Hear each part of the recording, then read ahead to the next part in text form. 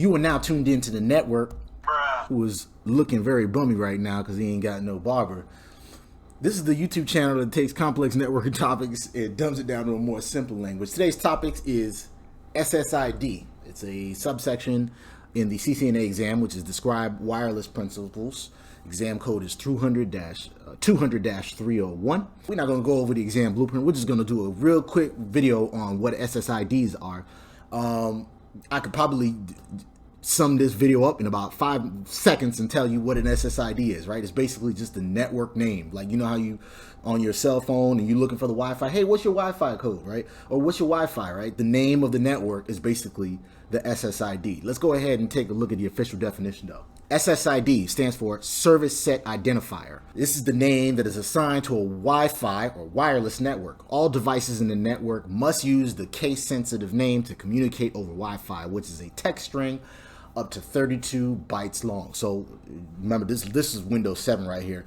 If you look on, I'll probably bring it up on my computer, but again, each of the network names, that is the service set identifier. We just call it SSID. Why do they call it a service set? Because basically a wireless local area network is called a service set, right? Well, there's an ID for the service set and they put it together and call it an SSID, which is service set identifier, right?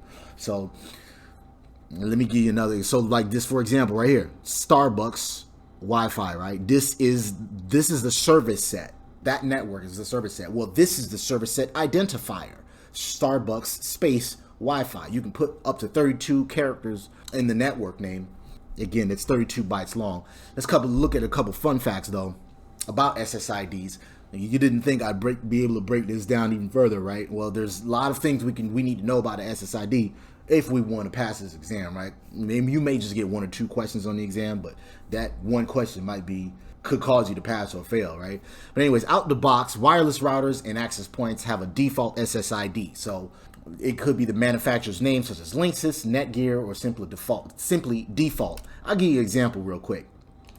Here's some networks, some SSIDs that are in my neighborhood, right?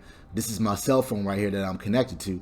Here's one. My Spectrum Wi-Fi, right? Spectrum is an ISP. You also formerly known as Bright House. By default, they name their networks My Spectrum Wi-Fi, a number, whether it's 2G or 5G. Here's a couple other ones, BH, and then I believe this is the model name of the wireless router that the Bright House or Spectrum gives out to its customers. Here's another one, BH, and the reason why you don't want to leave it to this name is, you know, for security reasons. A good hacker or a person that really knows how to break into wireless networks they might know the default password to some of these routers that come out the box if you just leave it by the default name, right? Some devices use their model number as the SSID, like I just mentioned over there. Using a web browser, the SSID and password can be manually changed in the device's configuration settings. So again, this is another way of kind of making your wireless network or Wi-Fi more secure by just changing the name, right? Although you want to do more things than just changing the name, right? But again, you can go to the browser, put in the IP address of your router and make a bunch of changes. I'm not going to do that for this video because again, this is just to describe what an SSID is. We're not going to do any configuration. We'll do that in the wireless local area network or WLC controller configuration videos. SSID is broadcasted for discovery. This is an example of that. These are SSIDs that are being broadcasted. This just shows you the signal strength, and I'm pretty sure signal strength. I'm pretty sure you know about this right here. You just kind of didn't really know the breakdown of it if you're kind of new to networking. Again, those are the signal strengths, and these are the SSIDs that are being broadcasted in that area. An SSID broadcast can be a hidden form of I don't even know what I did right here. Must have been drunk or something when I was writing this. I did have some White Russians or white gummy bears yesterday. SSID broadcast can be hidden. How do we do that? There should be an option. I'll show you an example in the next slide. There should be an option, and depending on what your router is, you can change the defaults. You can change the settings and make your SSID broadcast. This can be used as a form of security. Obviously, this won't be the only form of security you want to use because this is equivalent to, like, hiding your key under a mat. That is not a form of security. you obviously want to keep your keychain or the key on your key string or your keychain. Closing the blinds on your window is not a form of security, although, you can hide what's inside your house, right? But that obviously is not only form of security you want to use. Here's a breakdown of an SSID element format, right? This is the element ID, which is 1 octet. The length is 1 octet. It'll tell you how long it is. And then the actual SSID, which again is 32 bytes or 32 octets long. Here's the setup example. I don't know what kind of router this is, but this is just a setup example. Obviously you can change the name here. Here's the state, whether you want to enable it or disable it. If you disable the broadcast, this is not going to disable the broadcast. This first option right here just disables the SSID altogether. So you just kind of like turning off your Wi-Fi in a sense. This is an option of enabling or disabling the broadcasting of the SSID. So this is again a way of hiding your SSID so nobody can see it. Another important fact we need to know is mapping SSIDs to VLANs, right? So if you look at here, a WLAN binds an SSID to a controller interface so that the controller can link the wired and wireless networks. Remember, behind every wireless network is a wire, right? Because essentially we are on a wireless device, right? But when we get onto the network, we're getting onto a wire. So essentially, it's not really fully 100% wireless, right? So remember, if you look at this topology right here, this side of the network is the wireless network. This side of the network is the wired network. Well, how do we get onto here, right? This is being broadcasted to us, the engineering SSID, right? We want to get into an engineering department, right? Although the WLAN ultimately reaches a wired VLAN, right? The VLAN for the engineering department is VLAN 100, right? It only does so through the controller interface, which is the interface that is on the wireless controller right here. It is the interface that is configured with a VLAN number. So how do we get onto, we're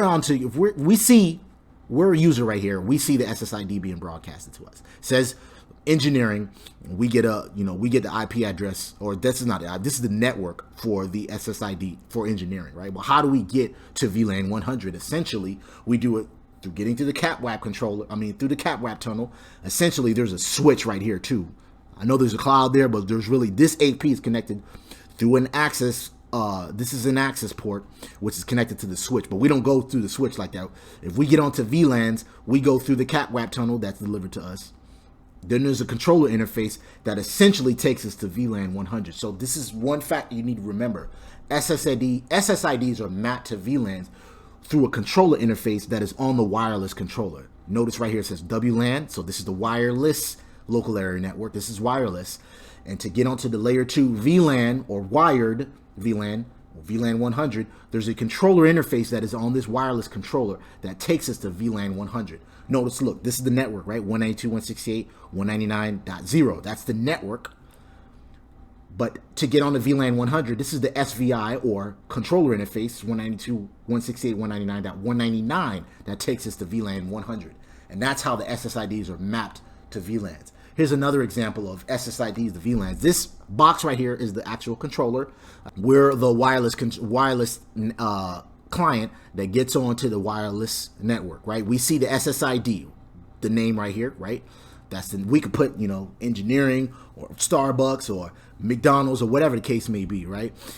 We don't get onto the VLAN until we get to the dynamic interface that is on the controller or the controller interface. And remember, again, we don't get onto this controller depending on how your setup is. Most likely a lightweight access point that takes us to the controller through a CAPWAP tunnel, just like this. This is a lightweight access controller. Remember, autonomous APs don't need a wireless controller. They just go to the switch and all their VLANs are on this trunk port right here.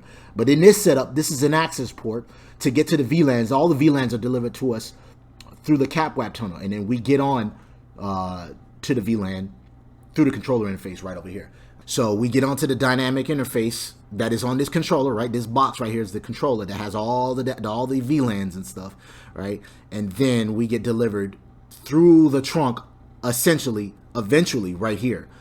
Now, again, an autonomous AP is set up differently. This is just a setup for enterprise networks that has a wireless controller. 9 times out of 10, if you have a small business, you're not going to have lightweight APs. You'll probably have just autonomous APs that are connected to a switch and takes us on to our merry way.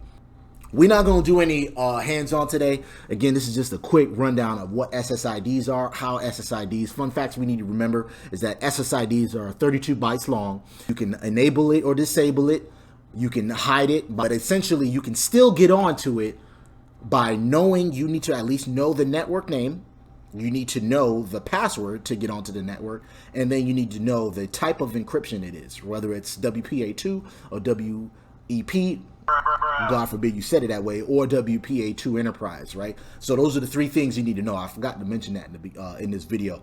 If the SSID broadcast is disabled, you need to know the network name, the encryption type, and obviously the password. That is my YouTube page. That is my Twitter handle. If you like this video, please go ahead and leave a comment below. In other words, comment, like, subscribe to the network.